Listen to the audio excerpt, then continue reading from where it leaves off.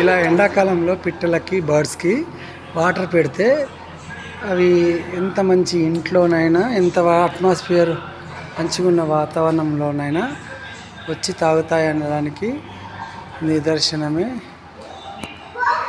ఈ వీడియో అండి. చూడండి, ఇక్కడ అక్కడ మా పాప పెట్టింది, ఇక్కడ పెట్టింది, ఇక్కడ తాగట్లేదు కానీ ఇక్కడ తాగుతాయి. చూడండి ఎంత మంచిగా తాగుతాయో. ఆ పిట్టలు తాగుతుంటే తను మంచిగా ఎంజాయ్ చేస్తుంటుందండి.